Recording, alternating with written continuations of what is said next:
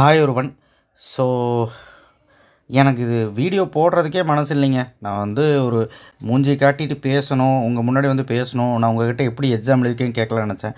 இந்த வீடியோவில் இருக்க கொஷின் பேப்பர் பாருங்கள் எவ்வளோ ப்ளர்ராக தெரியுது அப்படின்ட்டு. அந்த மாதிரி தான் இருக்குது. மேக்ஸ் கொஷின் பேப்பர் எல்லா டிஸ்ட்ரிக்டும் ப்ளர்ராக உங்களுக்கு ஆயிடுச்சு உங்கள் மனசில் இல்லையா? அதாவது டஃப்புங்கிறீங்க.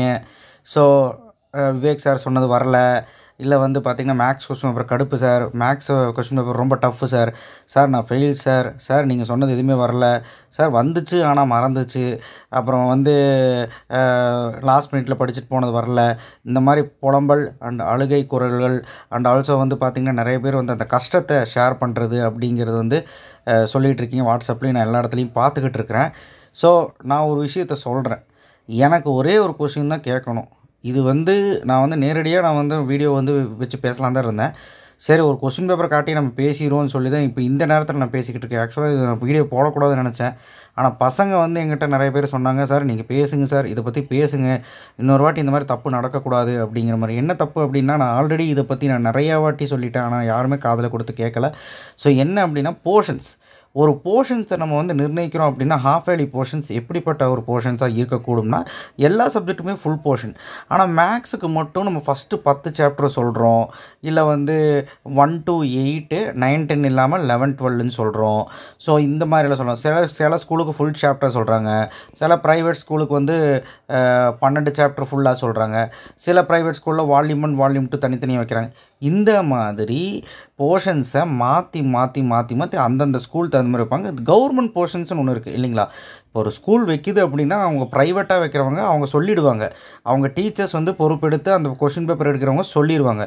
இப்போது கவர்மெண்ட் வைக்கும்போது அந்த கவர்மெண்ட் டீட்டெயில்டாக இந்த டிஸ்ட்ரிக்கு கொஷின் பேப்பர்னு சொல்லிடுவாங்களா? இப்போது எனக்கு ஒரு விஷயம் தெரியல. இப்போ ஹாஃப் ஏலிக்கு முன்னாடி காமன் ஹாஃப் ஏலின்னு சொன்னாங்க, டிஸ்ட்ரிக் வைஸ் ஸ்டேட் வைஸு. இப்போது தமிழ் எக்ஸாம் பார்த்தோன்னா தான் நமக்கு ஒரு கிளாரிட்டி கிடச்சி. நான் அப்பவும் சொன்னவங்கக்கிட்ட டிஸ்ட்ரிக் வைஸ் கொஷின் பேப்பரை தம்பிகளா கொஞ்சம் ரெடியாக இருந்துக்கோங்க, அந்தந்த அலோகேட் ஆகிக்கோங்க அப்படி. எந்த கொஷின் பேப்பராக இருந்தானே நம்ம புக்கில் இருக்கிறது படிக்கிறோம், கொஷின் பேப்பர் வருது எழுதுகிறோம், இதுதான் நம்ம ஃபாலோ பண்ணுறோம். பட் இங்கே என்னென்னா போர்ஷன்ஸே மாற்றி சொல்லும்போது பசங்களுக்கு வந்து படிக்கணுங்கிற ஆர்வம் எப்படி வரும்? இப்போ வந்து தப்பாக படிச்சுட்டு போயிட்டு இந்த மாதிரி மேக்ஸுங்கிறது உங்களுக்கு தெரியும் எவ்வளோ டஃப்னு. ஒரு 7 5 மார்க் எழுதுறதுக்கு உண்மையாக அவங்க பசங்க ரீதியாக இருந்து சொல்கிறேன். இதெல்லாம் எல்லா டீச்சர்ஸும் அண்ட் பிரின்சிபல்ஸ் எல்லாருமே இந்த வீடியோ பார்ப்பீங்கன்னு நினைக்கிறேன். ஒரு பசங்க மத்தியிலிருந்து நீங்களும் எல்லாருமே, நானும் எல்லாம் படிச்சுட்டு வந்தவங்க தான். ஸோ இருந்தாலும் அந்த 12th ஸ்டாண்டர்ட் முடிச்சு வந்தால் ஒரு 12th பையன் ஒரு 7 5 மார்க் எழுதுறோன்னா அவன் 12 சாப்டர்லையுமே கவர் பண்ணியிருந்தால் மட்டும்தான் 7 5 மார்க் எழுத முடியும். ஒரு உதாரணத்துக்கு பாருங்கள், இந்த கொஸ்டின் பேப்பர்லேயே பாருங்கள், மேட்ரிக்ஸில் ஒன்று கேட்டிருக்கான், காம்ப்ளெக்ஸ் நம்பரில் ஒன்று கேட்டிருக்கான், அதுக்கப்புறம் 8th சாப்டரில் ஒன்று கேட்டிருக்கான், 5.5ல் ஒன்று கேட்டிருக்கான். அப்போ ஒரு சாப்டர் வந்து ஒரு கொஷின் தான், இல்லைனா 2 கொஷின். அப்போ எல்லா சாப்டருமே அவன் கவர் பண்ணாதே 7 5 மார்க்குமே எழுதக்கூடிய சூழ்நிலை இங்கே இருக்குது. ஸோ இது ஒரு நல்ல விஷயந்தான் கவர்மெண்ட் ஸ்கீமு. ஸோ ஆனால் நான் என்ன சொல்கிறேன்னா, போர்ஷன்ஸை மாற்றி சொல்லாதீங்க. யார் சார் மாற்றி சொன்னது அப்படின்னு வந்து நிறைய பேர் இப்போது நினச்சிக்கிட்டு இருப்பீங்க. ஒன்றும் இல்லை, நான் யாரையும் மையப்படுத்தி சொல்லலை. இப்போது நான் ஒன்று சொல்கிறேன் பாருங்கள். இப்போ சென்னை டிஸ்ட்ரிக்ட் எடுத்துக்கோங்க, அவங்களுக்கு நினைக்கிறேன் 1 to 8 சாப்டர் 9 10 காணும், 11 12 மட்டும்தான் அவங்களுக்கு. ஒரு சிலர் நான் கொஸ்டின் பேப்பர் பார்த்தேன் 1 to 12 ஃபுல்லாக இருந்தது. இப்போ கோயம்புத்தூர் டிஸ்ட்ரிக், இப்போ இங்கே வந்து நம்ம வந்து கொஸ்டின் பேப்பர் கொடுக்கும்போது நான் பார்த்தேன், இது கோயம்புத்தூர் டிஸ்ட்ரிக் கொஸ்டின் பேப்பர் தான், ஃபஸ்ட்டு 10 சாப்டர் தான். இப்போது நான் உதாரணத்துக்கு எங்கள் பசங்களே சொல்கிறேன், 11 12 நான் படிக்க வச்சு தான் அனுப்பிச்சேன். இப்போ இந்த 11 12 இருக்கா இல்லையான்னு அவங்கக்கிட்ட வேறு ஸ்கூல்லேருந்து வர பசங்க கேட்கும்போது எங்கள் ஸ்கூலில் எல்லாமே படிக்க சொல்லிட்டாங்க, எங்கள் ஸ்கூலில் எல்லாமே படிக்க சொல்லிட்டாங்கன்னு என்ன அர்த்தம்? 12 சாப்டரும் பார்க்க சொல்லிட்டாங்க, எங்களுக்கு தெரியலன்னு சொல்லிட்டாங்க. ஸோ இன்ஃபர்மேஷன்ஸ் அங்கே தப்பாக வரனால பசங்களுக்கு அந்த 2 சாப்டர் படிக்கணுமா வேணாமான்னு தெரியாமல் எல்லாம் படிச்சுட்டு போய் அவன் ஒரு பிளானில் வந்திருப்பான். இப்போ உதாரணத்துக்கு 12வது சாப்டர் ட்ரூத் டேபிள் வரும், இங்கே வரல பாருங்க. அதே மாதிரி 11வது சாப்டர் ஒரு 5 மார்க் எதிர்பார்த்துட்டு போயிருப்பான், 12வது சாப்டர் ஒரு 5 மார்க் ஒரு பிளானிங்கோடு போயிருப்பான். ஸோ இந்த இடத்துல லேகிங் ஆகுது. நான் சொல்கிறது மாணவர்களுக்கு கண்டிப்பாக புரிஞ்சிருக்கும், அண்டு டீச்சர்ஸ்க்கு புரிஞ்சுதா இல்லைன்னு தெரியல. சத்தியமாக சொல்கிறேன், இதில் ஹார்ட் ஒர்க் பண்ணுறவங்க 70% பேர் ஹார்ட் ஒர்க் பண்ணிகிட்டு இருக்காங்க. இன்னுமே மேக்ஸில் வந்து கம்மி மார்க் தான் எடுத்துகிட்டு இருக்காங்க. அவங்க கட் ஆஃப் நம்பி தான் இருக்காங்க.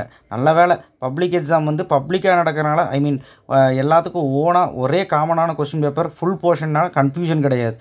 இந்த ஆஃப் ஏர்லியில் ஒரு புது கன்ஃபியூஷன் இந்த வருஷம் ஏற்பட்டிருக்கு. போன வருஷம்லாம் கிளாரிட்டியாக சொல்லிட்டாங்க ஃபஸ்ட்டு 10 சாப்டர் தான் அப்படின்னு. இப்போ பாருங்கள் 11 12 தெரியாமல் எல்லாத்தையும் நடத்தி ஒரு இன்ஃபர்மேஷன் கரெக்டாக போய் ஒரு பையன் கேட்குறான்னா, ஒரு டீச்சர்ஸ்கிட்ட கேட்குறான் அப்படின்னா அந்த டீச்சர்ஸ் சொல்லணும், இல்லைங்களா? நீ எல்லாம் படி, 12 சாப்டரும் படினா என்ன அர்த்தம்? எனக்கு ஒன்றும் புரியல.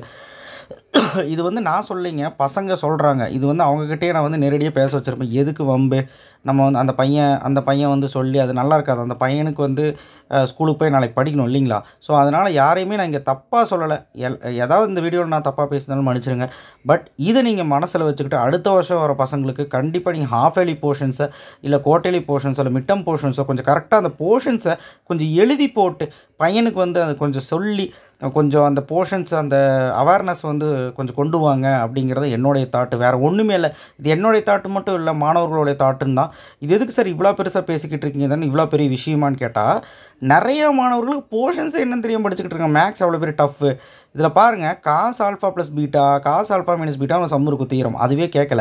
அப்போது ஒரு கொஞ்சம் டஃப்பான கொஸ்டின் பேப்பர் தான், இல்லைன்னு சொல்ல. பட் ஆல்தோ 5.5 வந்திருக்கு, வெக்டர் கார்ட்டீசியன் 6.7 வந்திருக்குது.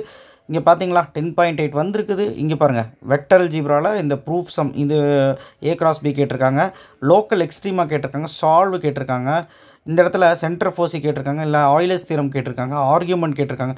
ஸோ எதிர்பார்த்துட்டு போனது அவன் வேறு. சரி, ஓகே, என்ன எதிர்பார்த்தாலும் நம்ம வந்து படித்தது தானே எழுத போகிறோம். It's okay. நல்லா படிப்போம். பப்ளிக் எக்ஸாமுக்கு யாரையும் நம்பாமல் நம்ம மனசாட்சியை நம்பி படிப்போம். ஸோ இம்பார்ட்டன்ட் கொஷின்ஸ் படிங்க, தப்பு இல்லை. பட் இம்பார்ட்டன்ட்ங்கிறது லாஸ்ட் மினிட்டு உதவுதுன்னு சொல்லி படிக்கிறோம், இல்லைன்னு சொல்லலை. நான் அதையும் சொல்லிக்கிறேன். கொஸ்டின் பேப்பர் டஃப்னு ஏன் சொல்கிறீங்கன்னா, நீங்கள் முழுக்க இத்தனை நாள் ஒர்க் அவுட் பண்ணாமல் லாஸ்ட் நேரத்தில் இம்பார்ட்டன்ட் மட்டும் படிக்கிறது முட்டாள்தனம். அதே மாதிரி இம்பார்ட்டன்ட் கொஷின்ஸ் வந்துச்சான்னு கேட்டால் நம்ம சொன்ன கொஷின்ஸ் வருதான் செய்யுது.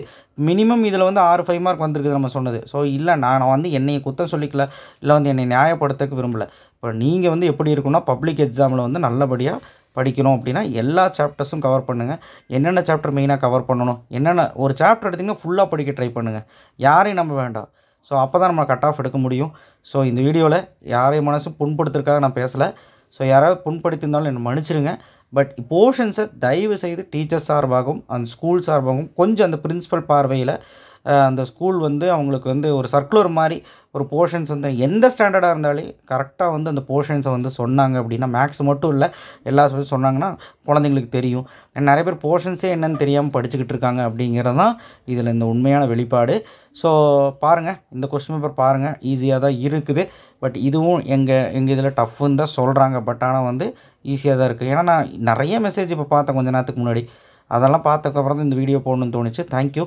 ஷேர் பண்ணுங்கள், சப்ஸ்கிரைப் பண்ணுங்கள், மறக்காமல் பெல் ஐக்கான். நம்ம சேனல் தொடர்ந்து பாருங்கள். பப்ளிக் எக்ஸாம் கண்டிப்பாக ரொம்ப யூஸ்ஃபுல்லாக இருக்கும். பப்ளிக் எக்ஸாம் அப்புறமும் இம்பார்ட்டண்ட்டாக இருக்கும். தேங்க்யூ.